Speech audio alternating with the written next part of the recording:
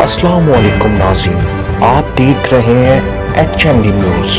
ہوں آپ کے ساتھ عاطفہ بلوچ۔ ناظرین، بلٹن میں بات کر لیتے ہیں ہارون آباد کی۔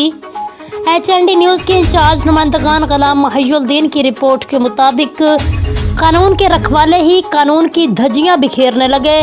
ہارون آباد کے نواحی گاؤں میں تھانہ فقیر والی کے ASI نے 2 پرائیویٹ ملازمین کے ہمراہ ضعیف العمر خاتون کے گھر پر دھاوا بول دیا۔ نکے تھانے دار نے گھر میں گھس کر خاتون اور بیٹیوں کو زد و کوب کیا، جاتے ہوئے اپنے اور اپنے پرائیویٹ ملازمین کی شکایت درج کروانے پر دھمکیاں دیتا رہا۔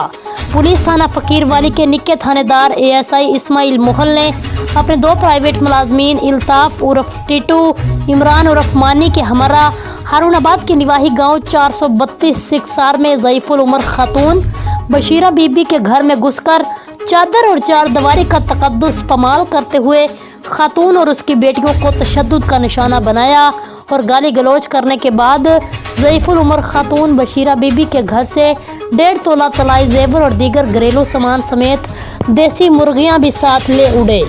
خاتون اور اس کی بیٹیوں کو دھمکیاں دیتے رہے کہ اگر ہمارے بارے میں کسی کو کچھ بتایا تو انجام اچھا نہیں ہوگا، کیونکہ میں تھانہ فقیر والی کا مالک ہوں اور پورا تھانہ میرے ماتحت ہے۔ میرا نہ تو کوئی DPO کچھ بگاڑ سکتا ہے اور نہ ہی کوئی RPO میرے خلاف کوئی ایکشن لے سکتا ہے۔ ضعیف العمر خاتون نے میڈیا کے توسط سے IG Punjab, RPO Bahawalpur, DPO Bahawal Nagar سے اپیل کی ہے کہ اسماعیل محل نکے تھانے دار کو نکالا جائے تاکہ عوام کی نظروں میں پنجاب پولیس کا امیج برقرار رہے اور وردی میں چھپے ایسے کالے بھیڑیے اور اس کے پرائیویٹ ملازمین کے خلاف قانونی کارروائی عمل میں لائی جائے۔ اب تک کے لیے اتنا ہی۔ مزید خبروں کے لیے دیکھتے رہیے HND نیوز۔